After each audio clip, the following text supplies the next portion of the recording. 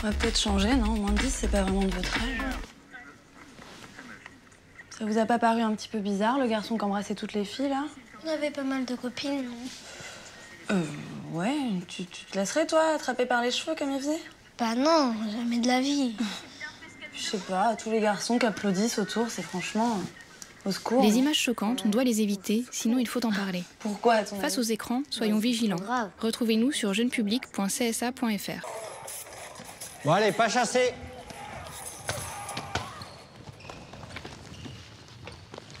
Tu regardes quoi, là? C'est une série, ça, mon frère. Oh là là, c'est gore. Moins de 16 ans, quand même.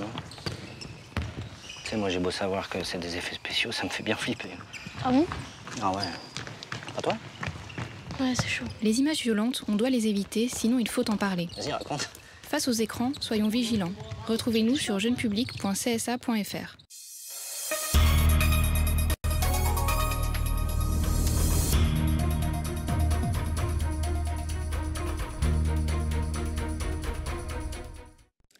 À la une ce soir, grande réunion du PPM aujourd'hui pour faire le point sur la situation du parti. Les membres de l'organisation sont revenus entre autres sur les dernières échéances électorales et les départs fracassants. La réunion a duré toute la journée. Journée champêtre au Diamant pour promouvoir le porc local élevé en semi-liberté. Une initiative de l'APER pour vanter la qualité des produits issus de nos exploitations. De nombreux visiteurs ont fait le déplacement pour bénéficier des offres promotionnelles. Baptême de l'air pour une vingtaine de jeunes du lycée de l'Espérance. Une initiative de l'armée pour susciter des vocations en pleine période de recrutement de l'armée de l'air. Une expérience inédite pour certains. Enfin, nous parlerons du choc RC Rivière Pilote Club Colonial. Les Foyalais ont subi hier soir leur première défaite de la saison. Ils ont été battus par les Pilotins sur un score de 2-0. Nous le verrons dans notre page des sports. Bonsoir à tous, heureuse de vous retrouver dans cette tranche info que vous pouvez suivre en direct sur Facebook. Voilà 2 mois qu'une partie des agents du PNM est mobilisée et aucune négociation n'a été enclenchée. Une situation dénoncée par l'intersyndicale CGTM-CDMT.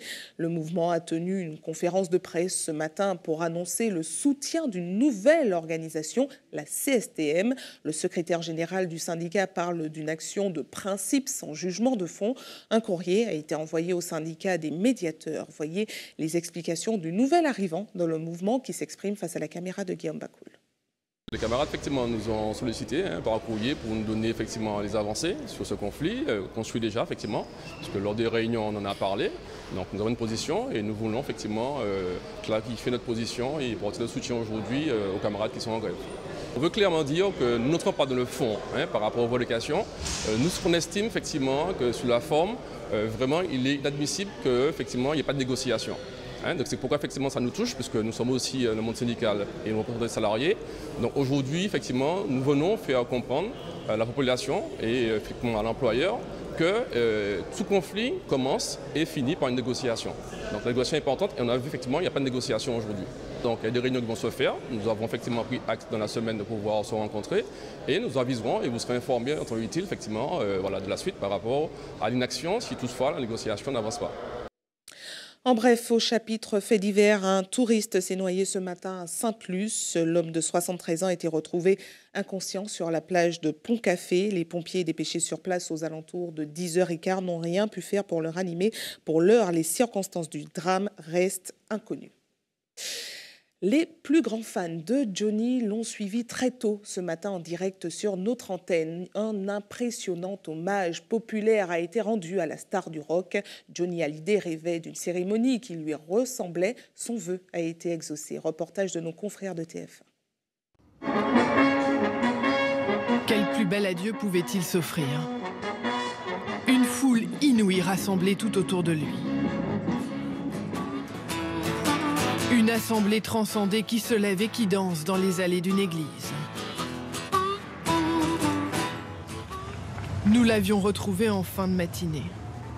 Jean-Philippe Smet, bien connu sous le nom de Johnny. Un colosse prêt à descendre les Champs-Élysées, sous les yeux de son public habitué des spectacles hors normes que le chanteur savait leur concocter. Alors bien sûr, il n'allait pas se priver de ce dernier grand rendez-vous.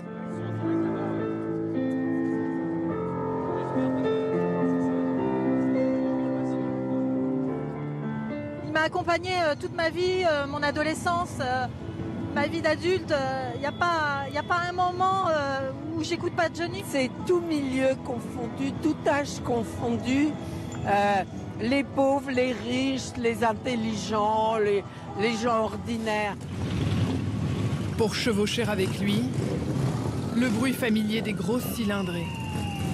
700 moteurs à l'unisson venus instaurer ce qui s'annonce. Les funérailles rock'n'roll qu'il espérait. Que tous les fans soient là, c'est fantastique. Fantastique pour lui, pour sa famille, pour tous ceux qui l'ont aimé, puis tout ce qu'il a apporté. Je trouve que c'est vraiment un grand moment et qu'il fallait lui rendre ça. Car pour l'attendre, venus très tôt, ils sont tous là. Drapés ou même tatoués de leur idole. Avec l'idée de chanter plus fort, accompagnés par les musiciens de Johnny Hallyday. Tout pour couvrir le silence de cette voix qui ne viendra pas.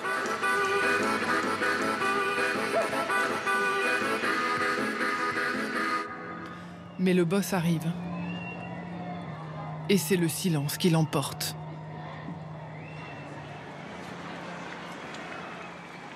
Avant une irrésistible acclamation.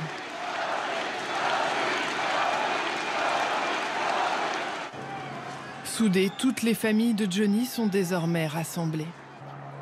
Ses enfants, ses amis, son public. Et un président venu saluer cet homme capable de déplacer les foules. Pour que demeure vivant l'esprit du rock'n'roll et du blues, pour que le feu ne s'éteigne pas, je vous propose, où que vous soyez, qui que vous soyez, pour lui dire merci, pour qu'il ne meure jamais, d'applaudir Monsieur Johnny Hallyday.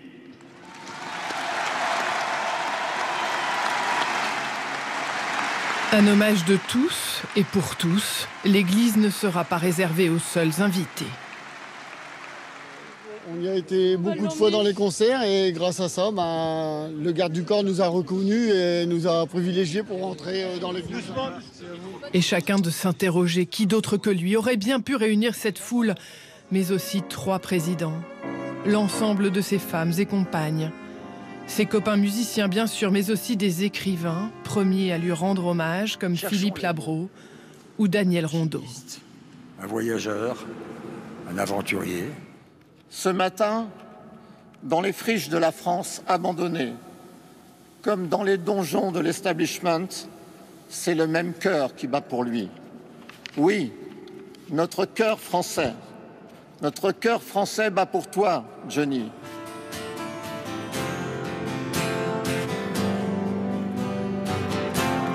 Des cœurs qui battent à l'unisson, au rythme des meilleures chansons. Soudés dans leur peine ici et dehors, pour écouter les mots de ce poème de Jacques Prévert que ces 2 petites filles, Jade et Joy, ont voulu glisser dans la voix de Jean Reno.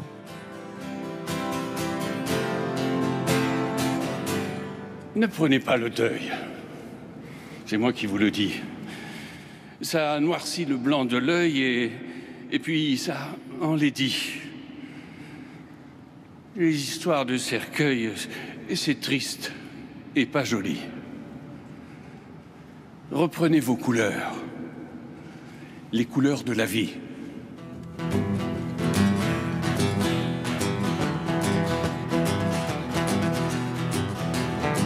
Et les voilà, ces couleurs qui ressurgissent.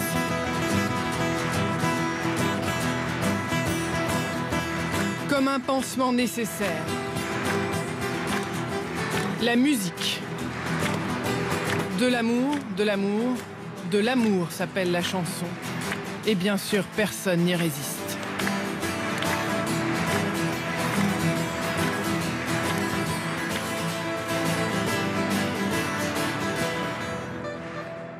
Si je peux te transmettre ce formidable goût d'aimer, de tous les hommes, je serai le plus heureux, le plus complet.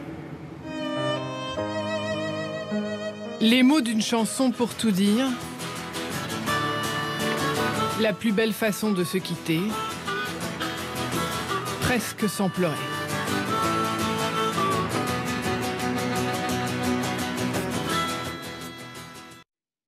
Et le corps de la rockstar partira dès demain à Saint-Barthélemy, une île qui a été son paradis pendant une dizaine d'années. Jean-Marc Dabreu, Bénédicte Jourdier et Cyril Adrien Allemand sont déjà sur place. Regardez.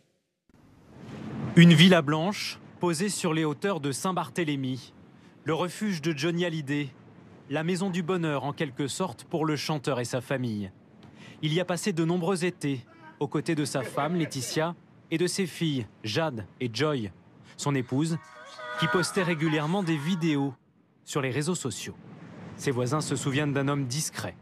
Personne ne lui courait derrière, il pouvait aller faire ses courses, se promener, aller à la plage, rester chez lui, il n'était pas... Personne ne le sollicitait. Ici, la culture des personnes de l'île, ça n'est pas de les harceler ni de demander des autographes. Donc il a dû se sentir quand même beaucoup plus libre qu'en métropole ou ailleurs. Johnny et Saint-Barthélemy, une histoire de cœur qui commence dans les années 70. L'idole des jeunes y arrive en bateau. Il y rendra populaire la Harley-Davidson. Il y a une soixantaine d'Harley sur l'île. Pour 10 000 habitants, c'est déjà pas mal. Sur la route ou dans les rues de Gustavia, la star française avait ses habitudes, aux côtés de la population, comme simple citoyen. Qui s'est toujours adapté, qui a toujours fait ses courses au supermarché tranquillement, qui n'ont pas eu besoin de plus de fioritures que ça. Et voilà, c'est un membre qui fait vraiment partie de l'île en fait. À moins d'1 kilomètre de sa villa, le cimetière de Lorient. C'est ici que Johnny Hallyday sera enterré lundi en toute intimité.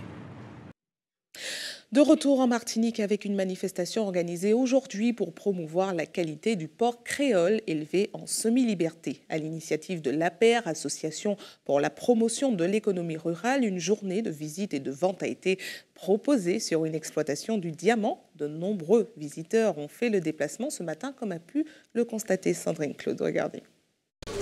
Eh bien, donne-moi... Ouais. Après 3 heures d'attente, Alex peut enfin faire sa sélection. Il n'a pas hésité à faire la route depuis le Morne Rouge et pour cause. C'est du cochon planche et j'aime beaucoup. C'est élevé en plein air et c'est la production locale. L'élevage en semi-liberté, une des particularités du porc créole qui est aussi pour Marie-Thérèse un gage de qualité. Quand j'ai vu le cochon, j'ai dit ah là, ça c'est le cochon local, ça c'est le vrai cochon, je vais en prendre. Une satisfaction qui a tout de suite donné une idée de recette à la chelchéoise. Ma petite fille qui aime bien la préparation de mamie, donc je me ferai un bon devoir, pareil, avec beaucoup d'amour, ce petit ragoût pour encore la 1e fois recevoir pas pour les compliments, hein, mais automatiquement ça arrive, donc j'accepte les compliments. Le porc créole est également au centre des attentions d'une équipe du PNM qui est à l'heure actuelle en phase d'expérimentation sur l'animal. Nous travaillons en collaboration avec des éleveurs porcins plein air, sur lesquels nous avons placé des porcs capturés par le parc naturel, où nous avons des souches. Il est primordial pour nous que, sachant que nous avons encore aujourd'hui cette souche, il est primordial pour nous que nous puissions valoriser davantage ce porc et que nous fassions le peuple martiniquais se réconcilier avec cette viande. Pour la 2e année, c'est sur l'exploitation de Jean-Claude qu'a lieu la manifestation. Bien que l'éleveur reconnaisse la difficulté de son métier, il fait partie de ceux qui veulent sauvegarder ce patrimoine. C'est difficile parce que c'est un porc en chair qui ne donne pas aussi bien de chair que le porc conventionnel, puisque nous avons un temps d'attente pour l'engraissement qui est beaucoup plus long. Le porc créole, pour pouvoir le maintenir, il faut plus d'espace foncier pour pouvoir le faire, puisque nous avons des rotations à faire, il y a des normes à respecter. Pour l'organisateur de la journée champêtre, le défi de remettre au goût du jour le porc local est relevé. La foule des grands jours était au rendez-vous. Le site était pris d'assaut, mais très tôt dans la matinée. Et on a compris l'intérêt, l'engouement pour notre population et pour les touristes de passage également. Plusieurs centaines de visiteurs ont fait le déplacement. Face au succès de cette 2e édition, les organisateurs prévoient déjà l'année prochaine de remettre le couvert. Et demain, c'est la féerie de Disney qui sera mise en avant dans la commune de Sainte-Luce. Une manifestation 100% gratuite à destination des petits et de tous ceux qui ont gardé leur âme d'enfant. Pour en parler, nous recevons Raymond de Jean-François, adjoint au maire en charge de la culture, et Fabrice Todaro, metteur en scène de la troupe. Bonsoir à vous deux. Bonsoir. Merci d'avoir accepté notre invitation. Alors, une fois n'est pas coutume, on va commencer par l'homme, celui qui aura en charge de mettre en avant la féerie de Disney. Vous proposerez demain soir une comédie musicale, non pas avec une histoire, mais plusieurs tableaux de Disney. Expliquez-nous comment ça va se passer. En réalité, c'est une sorte de concert qui relate toutes les gros succès en fait, des classiques Disney. On passe du Bossu Notre-Dame par Réponse, La Reine des Neiges évidemment, Vaiana, avec le Roi Lion. Enfin voilà, on essaie de faire en 1 heure des mini-histoires et avec les plus gros succès en chanson. J'imagine que vous avez l'habitude de vous produire plus dans des espaces fermés. Comment vous allez vous organiser? Puisque là, c'est ouvert, même si c'est couvert, mais ça sera ouvert. Ce sera ouvert, mais on s'adapte en fait. Mais la scène, c'est une scène de théâtre malgré tout. Donc voilà, c'est ce qui va être intéressant, c'est de le faire en extérieur avec tout ce monde qu'il y aura. Et puis, on l'espère. et puis voilà. Non, mais la scène est la même. Donc ça va être chouette. Alors, un spectacle gratuit, où beaucoup de personnes pensent gratuit, de moins bonne qualité. Qui sont les artistes qui seront sur scène? Ce sont des artistes professionnels de métropole qui travaillent sur de grosses scènes à Paris, entre autres, et qui viennent chanter, en fait, faire leur métier et profiter de la manifestation, du coup, pour faire rêver les enfants.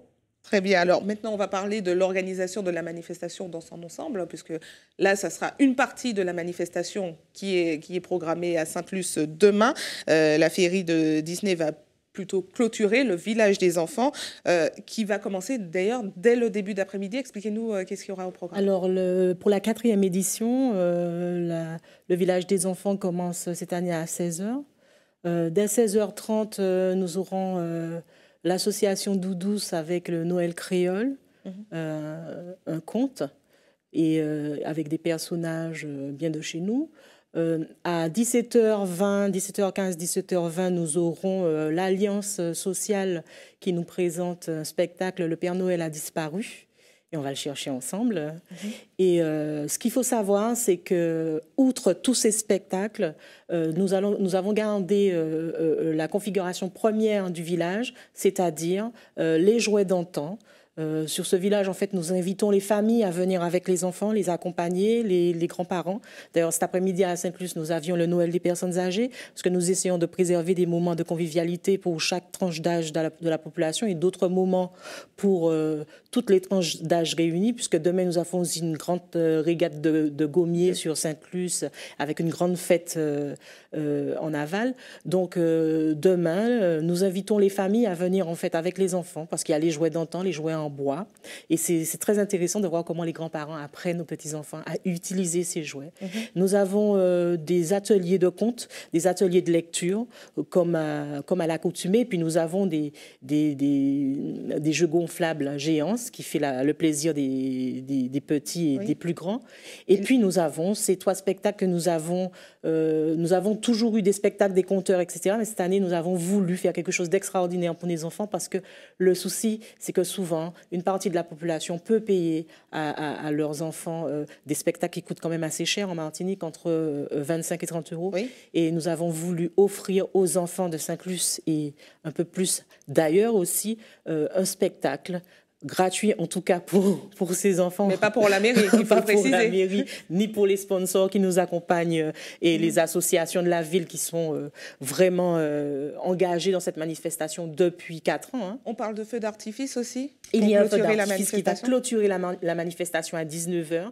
Et voilà, j'espère vraiment que, encore une fois, puisque les 3 premières années, les gens étaient ravis qu'on permette aux enfants de se retrouver tous dans le même site.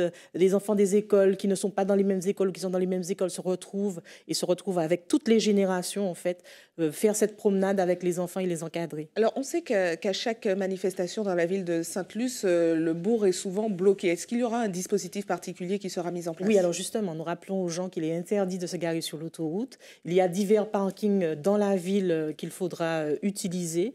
Et le dispositif mis en place, ce sera de barrer la route qui est immédiatement à côté de l'entrée du village, puisque le village va se passer sur la place, l'esplanade des fêtes à l'entrée de la ville, qui jouxte un parking, justement.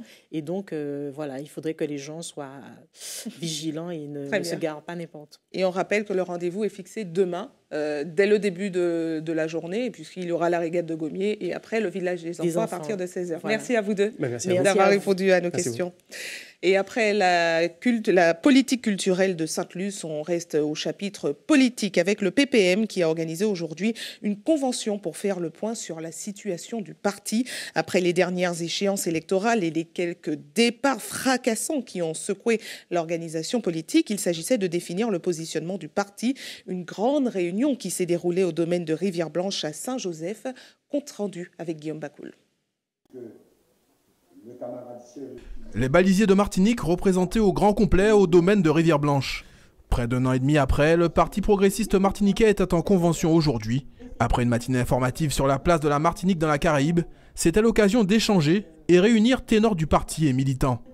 Mais aussi de resserrer les rangs après une année qui a vu le départ de cadres et la participation d'un candidat non investi au sénatorial, Raphaël Séminor, aujourd'hui en charge de l'organisation. On sait très bien que j'ai la capacité d'organiser et évidemment la confiance est venue et a été maintenue tout au moins. Tout ça permet aux militants de réfléchir ensemble, de discuter et puis d'exister dans le parti. Parce que si on ne fait pas ça, les militants ne se trouvent pas en grand groupe et finalement ne trouvent pas de possibilité de se rencontrer et d'échanger. 3 grands thèmes ont été travaillés en atelier. La place du parti au sein de l'Alliance Ensemble pour une Martinique nouvelle, le règlement intérieur et la question de l'autonomie. Si on a pu constater un certain consensus pour un maintien du parti au sein de l'Alliance, des voix ont tout de même milité pour une place plus prépondérante du PPM. Mais le temps fort aura été la réaffirmation de l'idéologie autonomiste et de la 3e voie chère à Serge Letchimy.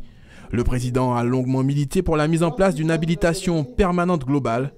Fort d'un lobbying parlementaire, il estime le moment propice. Être reconnu comme un peuple, c'est pour moi quelque chose de fondamental aussi, de privilégier aussi notre culture, d'être en adéquation par rapport à notre géographie de proximité, je vais parler de la Caraïbe, l'Amérique du Sud, et mener une politique adaptée à nos réalités. Mais c'est cette étape supplémentaire qu'on pourra éventuellement franchir si on est tous en bloc derrière des modifications constitutionnelles qui sont prévues pour l'année 2018. Peut-on aller jusqu'à ce stade si le parti accepte que les parlementaires, que nous sommes, qu'on puisse porter ces revendications devant le président de la République qui lui-même est d'accord sur le principe de modifier les textes pour l'outre-mer, pour nous donner plus de respiration, eh bien je serai très content de mener cette bataille. Une convention qui n'a toutefois pas de pouvoir décisionnel. Tous ces éléments ne devraient pas être entérinés avant le prochain congrès du parti. Ils ne devraient pas se tenir avant juin 2018.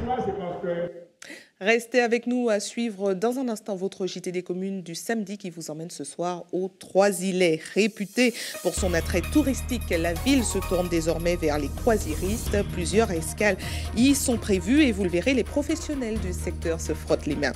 Et puis les restaurateurs, quant à eux, s'adaptent à leur nouvelle clientèle. Des menus en plusieurs langues sont proposés. Mais avant, parlons de ce baptême de l'air proposé ce matin par l'armée à une vingtaine de jeunes du lycée de l'Espérance. Une initiative pour leur donner goût aux différents métiers de l'aviation à l'heure où l'armée de l'air est en pleine campagne de recrutement. Une expérience inédite pour certains. Voyez cette ambiance captée par Sandrine Claude.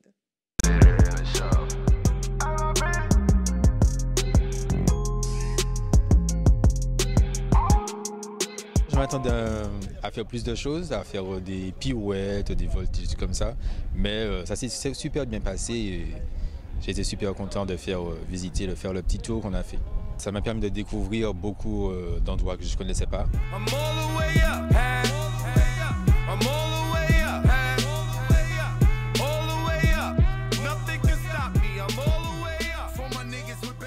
On ressent des choses qu'on ne peut pas décrire avec les mots. Il faut vraiment le vivre pour savoir en fait quelles sont les sensations.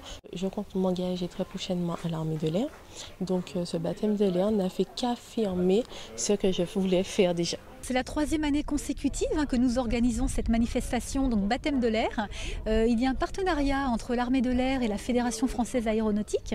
Et dans le cadre de ce partenariat, nous proposons donc à 20 jeunes gens et jeunes filles un baptême de l'air. L'objectif, c'est de faire découvrir le monde aéronautique donc à des jeunes afin de, pourquoi pas, plus tard, susciter d'éventuelles vocations. Petit pays, je t'aime beaucoup. Petit pays. ATV toujours plus proche de vous, place tout de suite à notre JT des communes du samedi qui propose ce soir de belles images pour vous faire découvrir la ville des Trois-Îlets sous tous les angles. Regardez.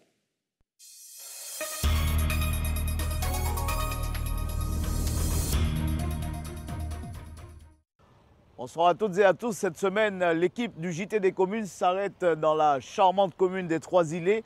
Les Trois-Îlets avec ses hôtels, ses commerces, son secteur touristique.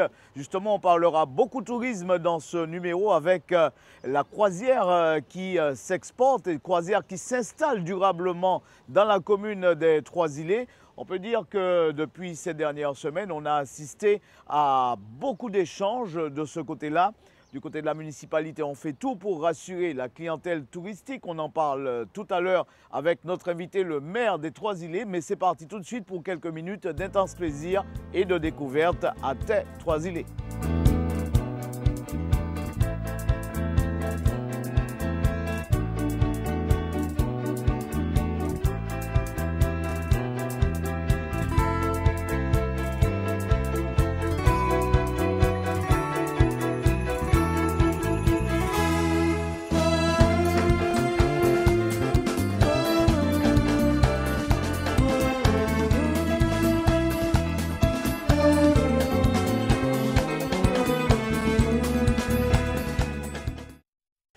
Les Trois-Îlets, ces belles plages, ces commerces et ces restaurants, à l'exemple du village créole de la Pointe-du-Bourg, on peut dire que les touristes viennent des 4 coins du monde pour visiter cette commune.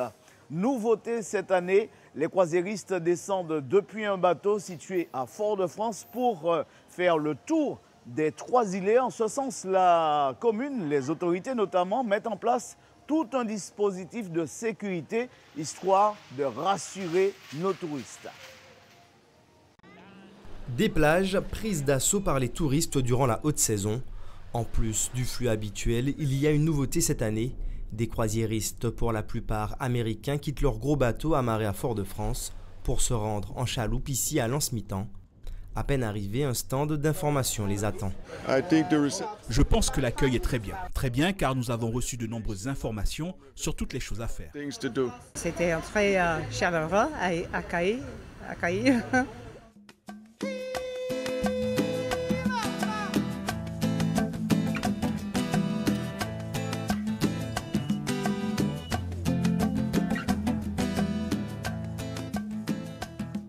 À la recherche d'un cadre différent, d'authenticité ou simple envie de se dégourdir les jambes, les visiteurs font de leur étape aux Trois-Îlets un passage incontournable. Il y a la plage à côté quand même, alors tout est parfait. C'est un plaisir quand même de venir, c'est la première fois que nous sommes venus là, entre amis, tout ça. Nous sommes 3 couples là. Et vraiment, pour l'instant, ça se passe très très bien. Le volume des escales va considérablement augmenter durant la période. Cela représente environ 15 000 touristes supplémentaires. Et pour que le rêve ne vire pas au cauchemar, une convention de sécurité a été re-signée entre la police municipale et la gendarmerie nationale. Les services se sont déjà organisés au préalable pour faire face à un afflux plus ou moins important en fonction des bateaux qui arrivent. Mais on a aussi les navettes qui viennent de Fort-de-France avec les croisiéristes qui arrivent à Fort-de-France. Et donc là, la police municipale, la gendarmerie, mais aussi d'autres services de l'État sont là pour veiller à la bonne sécurité de nos touristes.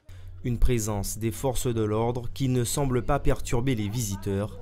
La Martinique est l'une des destinations les plus sûres de la Caraïbe, un atout que souhaitent préserver les acteurs du tourisme aux Trois-Îlets. Même par temps pluvieux, il faut dire que de plus en plus de touristes visitent les Trois-Îlets. En ce sens, les commerçants ont dû absolument s'adapter en mettant en place notamment l'acceptation des dollars, des cartes traduites et par l'embauche aussi de personnel parlant plusieurs langues, dont l'anglais, histoire tout simplement d'améliorer les relations entre commerçants et visiteurs. Loïc Régis. Les pieds dans le sable, prêts pour se détendre. Quel bonheur pour ces touristes tout droit venus des États-Unis de se faire comprendre par les commerçants. Je suis contente de trouver quelqu'un qui parle anglais. Je marchais dans la rue et demandais mon chemin, mais peu de personnes parlent anglais ici. Et je suis contente d'avoir trouvé une personne qui parle le langage international, l'anglais. Anglais, allemand, italien, espagnol et français. Alice parle 5 langues. Elle a intégré l'équipe de ce restaurant depuis le mois d'avril, une compétence linguistique recherchée dans le secteur touristique. Elle n'a eu aucun mal à trouver un emploi. Donc ils me demandent qu'est-ce qu'ils peuvent visiter. S'ils ont 3 heures, c'est mieux visiter une plage, une distillerie pas très loin d'ici ou un musée un peu historique. Voilà. Donc je peux les guider sur quoi c'est mieux dans un peu de temps. Dépasser la barrière de la langue pour mettre la clientèle à l'aise. Presque tous les employés ici parlent au moins l'anglais. Un virage amorcé par la direction avec l'évolution des visiteurs. De toute façon, il faut s'adapter aux clients qu'on reçoit maintenant. On avait énormément de clients français à une époque. Maintenant, on reçoit de plus en plus d'anglais, d'italiens, d'allemands. Donc, il faut s'adapter à la clientèle. On est obligé de recruter, oui, sur au moins le national, voire l'international, pour avoir le personnel nécessaire pour faire les saisons en Martinique et puis pour assurer un service optimum. S'adapter aux clients et à leurs besoins, une nécessité pour développer son activité. Sur cette terrasse, les cartes sont traduites en anglais et en espagnol. C'est un gros avantage pour le personnel parce qu'on n'est pas tous forcément, on parle pas tous forcément anglais et espagnol couramment. Donc le personnel, ça les arrange beaucoup et beaucoup de facilité au niveau des prises de commandes. Et maintenant, il suffit de montrer, le client il montre ce qu'il veut et la serveuse elle note et en cuisine ça arrive. Les Trois-Îlets, une commune leader pour l'activité touristique en Martinique. Certains commerçants ont bien compris que l'accueil était primordial pour que la destination reste attractive. L'hôtel Bakwa, l'un des fleurons du tourisme en Martinique, avec ses 4 étoiles, justement, ça sera le site qui nous permet d'accueillir notre invité. Monsieur le maire, bonjour. Bonjour, monsieur. Alors, le tourisme, on va dire le tourisme de croisière aux Trois-Îlets, ça n'est pas une affaire récente pour la commune. Ça existait déjà? Je dirais oui, ça existait déjà parce que depuis qu'il y avait les magasins à Fort-de-France, les bateaux arrivaient à Fort-de-France, ils partaient du quai des Nambucks et venaient sur le ponton du Bakwa. Et donc au Bakwa, dans les restaurants de l'Anse-Mitan, ça c'est une certaine époque. Aujourd'hui, les choses ont changé depuis quelques années où nous avons bien sûr le tourisme de séjour dans les hôtels. Nous avons des touristes, les croisiéristes qui arrivent par la navette maritime sur l'Anse-Mitan, sur la Marina, sur l'Anse-Alane et qui consomment chez nous. Et puis il y a cette année particulièrement, c'est une demande des organisateurs pour nous permettre, leur permettre d'arriver de navires, de croisières avec peu de passagers par rapport à ces gros paquebots qui se retrouvent sur Fort-de-France. C'est des bateaux entre 150, 100, 200, 300, 400 passagers qui sont à l'Anse-Mitan. On imagine que cela profite forcément au secteur commerçant, les taxis également. Est-ce que, bon, du point de vue de la municipalité, est-ce que là, sur un aspect plus politique, c'est un secteur sur lequel vous visez certains aménagements? Si le Trois-Îlets a fait ce choix de l'activité touristique, c'est un tout. On ne peut pas ne pas aménager pour recevoir des touristes, d'où qu'ils viennent, ces touristes. Que ce soit des touristes de croisière, que ce soit des touristes de séjour, mais aussi de la population martiniquaise qui se rend de plus en plus sur l'Anse-Mitan et Pointe-du-Bout. Donc nous aménageons, parce que c'est la première destination touristique de l'île, ces Trois-Îlets avec ces infrastructures. Donc il est de notre devoir de le faire, mais ce n'est pas parce qu'on peut penser que l'arrivée de ces 52 paquebots est-ce que ça rapporte quelque pourrait chose à la commune, apporter plus à la commune. Pas du tout, pas du tout. le rôle politique d'une municipalité, c'est d'accompagner, d'aménager. Maintenant, si on peut parler, par exemple, de taxes professionnelles, moi je suis bien placé pour savoir en fait que tout ce qui y a excédent aujourd'hui de taxes professionnelles par rapport à 2005, eh ben, c'est l'espace sud qui en tire profit. Mais ce n'est pas pour cela que la ville va s'arrêter de s'aménager, de s'agrandir, de prévoir un certain nombre d'infrastructures pour permettre effectivement à des activités économiques liées au tourisme de se développer sur notre territoire. Vous êtes satisfait de votre ville, on doit l'imaginer, avec toutes ces structures quand même, son secteur de l'hôtellerie, ses visites, il y a des choses à développer ici. Tout à fait. Le problème, ce qui, à mon avis, qu'il faut toujours retenir, et je cesse de le répéter depuis quelques années, c'est le choix de la ville des Trois-Îlets. Ce n'est pas un choix d'Arnaud René-Correille, c'est un choix qui remonte, je dirais, quasiment à 1946, où il y a l'hôtel Athanase. Il y a un choix qui a été fait par les Iléens que cette Trois-Îlets doit être, disons, l'endroit de prédilection pour recevoir des touristes, pour recevoir une population en visite, en villégiature. Ça, c'est un choix politique. C'est un choix économique. Et ça, la population le comprend, elle l'entend. De plus en plus, la population l'entend, de plus en plus, la population accepte cela de mieux en mieux. Et il y en a qui s'investissent dans le tourisme. Côté sécurité, vous faites des choses aussi pour éviter qu'il y ait des petits désagréments? On a connu des moments très difficiles. J'étais déjà maire, très difficile aux Trois-Îlets, à la Pointe-du-Bout particulièrement. Mais je dirais aussi à la population martiniquaise qui, aujourd'hui, de plus en plus, viennent à l'Anse-Mitan, viennent à la Pointe-du-Bout parce qu'on dit souvent que c'est le seul endroit ouvert très tard le soir, que ce soit le week-end, que ce soit les jours fériés. Et la qualité des eaux de baignade, ça aussi. Il y a aussi la qualité des eaux de baignade. Nous avons un label de nos eaux de baignade parce que nous contrôlons, nous surveillons, nous prenons des arrêtés pour la fermeture, particulièrement parfois sur l'Anse-Salane, à cause du marigot qui, lorsque la rivière est en crue, où nous connaissons, nous, enfants. Nos parents nous disaient déjà de ne pas se baigner quand la rivière est en crue parce que vous aurez, ça va vous gratter, ça va vous faire sécher. Il y a des phénomènes naturels. Et cela, nous l'appliquons et c'est pour cela que la ville des Trois-Îlets a obtenu ce label de qualité des eaux de baignade. Et par contre, l'Anse-Mitan, Pointe-du-Bout, on a une qualité des eaux de baignade de catégorie A+, parce que ça a toujours été, et nous n'avons très peu d'évacuation d'eau pluviale vers ces plages de l'Anse-Mitan et de la Pointe-du-Bout. Ça donne tout de suite envie de se jeter à l'eau, en tout cas. C'est ce que nous privilégions. Oui. C'est un choix politique, c'est un choix économique.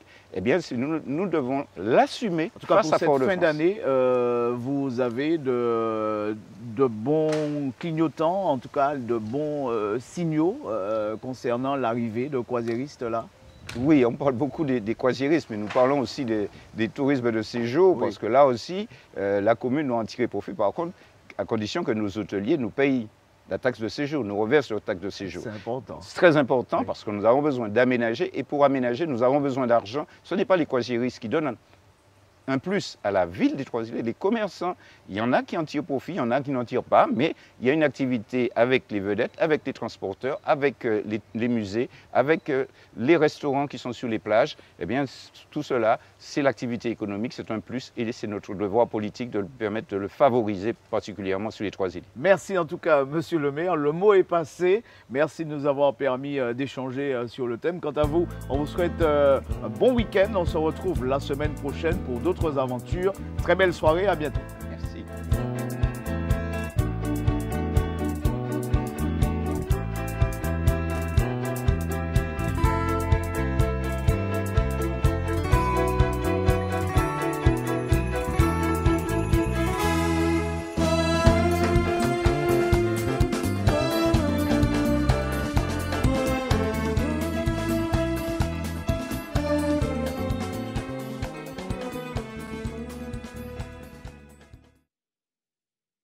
Voilà, et on en profite pour souhaiter un bon week-end à tous les Iliens. Place maintenant à notre page des sports.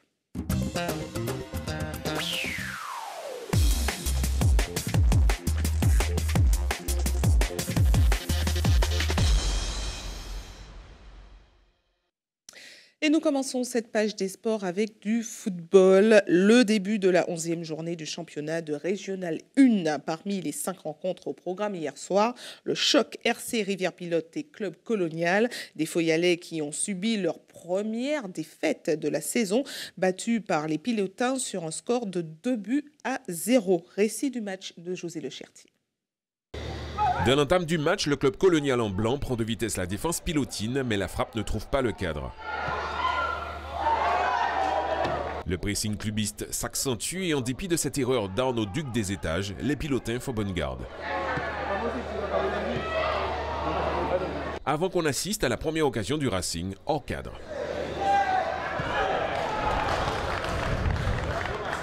La deuxième tentative est payante. Grégory Pastel ouvre la marque pour le compte de ses couleurs. 1-0, on joue la 26e minute.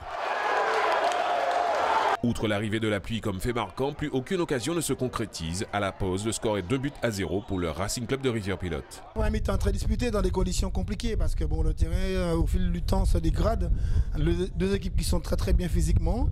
Le Racing a eu la réussite de marquer un but. Un excellent travail de René Louis-Arthur qui a donné un ballon nord à Pastel. Les clubistes vont sortir, il faut qu'ils reviennent, ils vont essayer d'égaliser, mais ils vont s'exposer au compte du Racing, donc ça va rester ouvert. Je doute que ce match termine par 1-0, à mon avis, encore au début. Au retour des vestiaires, ce sont les pilotins qui prennent possession du ballon. Vermignon se met en évidence. Mais ce n'est que partie remise. Suite à ce long dégagement, Grégory Pastel s'offre un nouveau face-à-face avec Vermignon. Il le remporte, le Racing mène 2-0. On joue la 61e minute.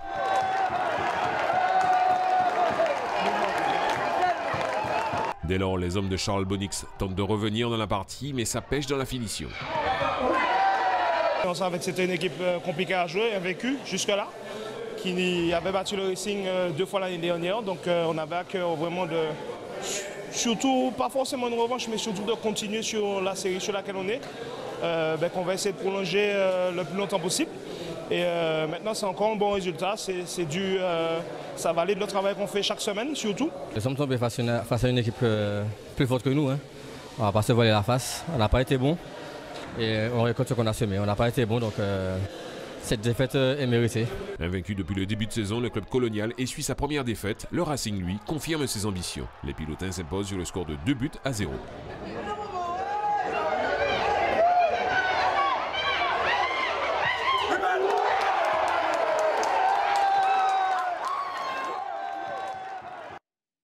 Et pour être complet, les autres résultats de cette 11e journée de championnat de Régional 1 avec leurs incidences sur le classement. On voit ça tout de suite avec Karil Chassol. Toujours hier soir, le New Star, le Golden Lion et le Good Luck se sont imposés respectivement face au Golden Star, à la JS Eucalyptus et au CS Gaspilote. Score nul, un partout entre l'Aiglon et l'Essor. Cet après-midi, la surprise est venue du François, où le club franciscain a été battu par le RC Saint-Joseph 1-0. Match nul entre l'Émulation et la Samaritaine. Au classement, le Racing, qui a également eu match gagné face au New Star, est leader avec 2 points d'avance sur le Golden Lion, 3 sur l'Aiglon et le club franciscain. En bas de tableau, on retrouve le CS Gaspilote, l'Émulation et la JS Eucalyptus. Le reste de l'actualité sportive maintenant avec du handball, la 9e journée du championnat de pré-national et du VTT, tour d'horizon de Marc-Olivier Dream. En handball, la 9e journée du championnat de pré-national a débuté hier soir. Chez les femmes, 3 matchs au menu dont le choc USC Citron entente ASC Mendezès gauloise. Une rencontre plutôt équilibrée en première période et qui a tourné en seconde à l'avantage de l'entente ASC Mendezès gauloise. Elle s'impose sur le score de 28-25. Outre cette victoire de l'entente ASC Mendezès gauloise, toujours hier soir, l'Arsenal a atomisé l'Étoile de Gondo sur le score de 32-14. Victoire également de l'Aiglon du Lamentin, 27-22 aux dépens du RC Lorrain. Cette 9e journée du championnat de pré-national se poursuit ce soir et demain. Chez les hommes, l'USC Citron a battu la Gauloise 31-22. Victoire également de l'Étoile de Gondo, 38-16 face à l'Étoile de Carabin. Suite de cette journée ce soir et demain. Chez les vététistes, la Savane de Fort-de-France a servi de cadre pour la finale relais. Une première édition qui s'inscrivait dans le cadre du Téléthon et qui a réuni 8 clubs. Au menu de cette compétition, 18 tours de circuit à parcourir par chaque équipe composée de 6 coureurs, dont un coureur féminin. Cette première devrait encore évoluer devant l'engouement porté à ce type de course. Et c'est la fin de votre journal local et régional. Avant de vous quitter, je vous rappelle les titres développés ce soir. Grande réunion du PPM aujourd'hui pour faire le point sur la situation du parti. Les membres de l'organisation sont revenus entre autres sur les dernières échéances électorales et les départs fracassants. La réunion a duré toute la journée. Journée champêtre au diamant pour promouvoir le porc local élevé en semi-liberté, une initiative de l'APER pour vanter la qualité des produits issus de nos exploitations. De nombreux visiteurs ont fait le déplacement pour bénéficier des offres promotionnelles. Baptême de l'air pour une vingtaine de jeunes du lycée de l'Espérance, une initiative de l'armée pour susciter des vocations en pleine période de recrutement de l'armée de l'air, une expérience inédite pour certains. Enfin, vous venez de le voir, nous sommes revenus sur le choc RC Rivière Pilote Club Colonial. Les Foyalais ont subi hier soir leur première défaite de la saison. Ils ont été battus par les Pilotins sur un score de 2-0.